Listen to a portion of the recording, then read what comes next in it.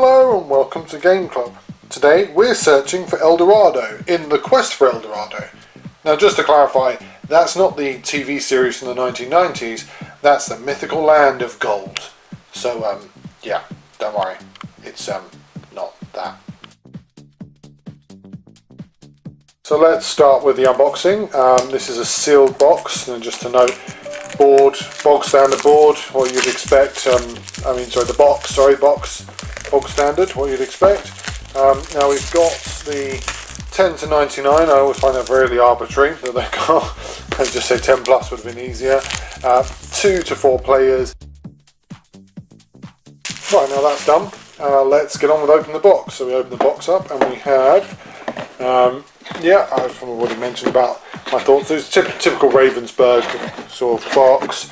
Ravensberger they do some great games, but I think that they always invest in boxes. Right, so they're setting up the game. Instructions. That's quite nice. I do like the fact that you've got your sort of variations, and I also quite like the fact that you've got this sort of very easy sort of instructions. Now you've got your booklet, which has basically I've not seen this before, I'm just quickly reading through it. Ravensberg, we've got to admit that they do quite detailed, quite comprehensive guides, and sometimes those comprehensive guides can be like walking through treacle. This seems to not be so bad actually, and I like the fact the one thing they really do well is the glossaries, where they really give you details. Okay, then you've got your boards, you've got your playing pieces with your what to do on your turn, and then we've got this which seems to have fallen out from the back. Interesting. Oh well, no, it's been shooken around a bit too much. And then we've got little pieces, I like those. Box, and we've got our little cards. So, right, that seems all in order. So I guess now it's just time to play and review. In front of us is the Quest for El Dorado board setup, and as you can see, it does require, this is the initial, what they call the first game play, and basically that does require quite a substantial bit of space, and obviously you see mine is hanging off the side here, but I'm only doing it for demonstrative purposes. Then you will have your cards, and obviously the hat denotes the first player. Your player card looks like this, and it does outline how each go works. You play cards, you discard cards, you draw cards. Below that, or usually to the side of that, you have your marketplace, where you have your character cards here. These are all denoted at the bottom. I'll just zoom in with a little black circle to sit on this, and then of course the other ones which don't have a black circle go underneath as your other draw cards. So what effectively happens is this: you will use these cards. So you start off with a series of cards which are, to be fair, they are well denoted, and I'll just show you on here. So they have like a little bottom, like a little symbol, usually in the colour, it's a triangle, usually in the colour of the players, and they are 4 travellers, 3 explorers and 1 sailor, to get you moving around the various locations. You shuffle those, you then draw 4 for your turn, and I've done it here so I can show you what basically will happen. And so here we've got 2 explorer and 2 traveller, and what you're looking at here is the colour of this matches to the tiles here. So what you try to do is effectively you can move 1 with each of these and 1 with this. So you could go, just as an example, 1, 2 and 3. You go 1, 2 and 3, and they're now used, and then they go to, here is your discard, and effectively then you can draw, you effectively will draw cards until you have 4 cards in your hand, and that's pretty much how it goes. Each card counts as half or equal to of its power.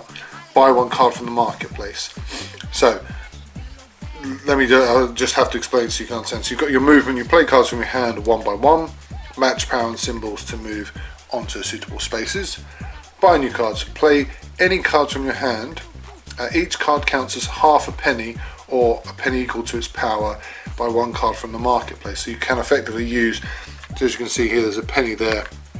Effectively use that in order to buy cards from the marketplace here, which allow you more movement. Now you move forward, discard cards, discard played cards, discard or keep cards in your hands. You can discard other cards as well, and then you draw cards until you have 4 cards in your hand.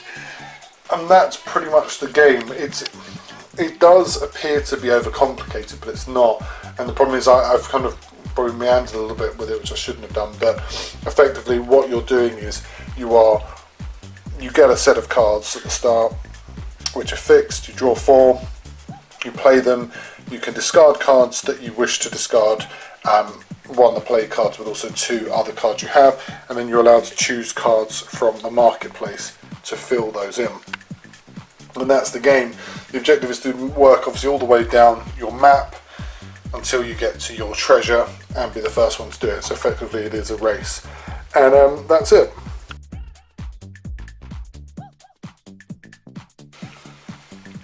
I was late to the party on the quest for El Dorado. 1, because of the fact it's Rainer Nizza, and I'm a fan of his work, but he obviously has a massive canon of games. And 2 is that everyone was a big fan of this game, and for me that always sends a sour note, because sometimes it can mean that everyone likes it because they feel they have to because other people like it, and sometimes it means that people like it because generally it's a good game, but it might be a game that I'm completely sort of lost by or soured to.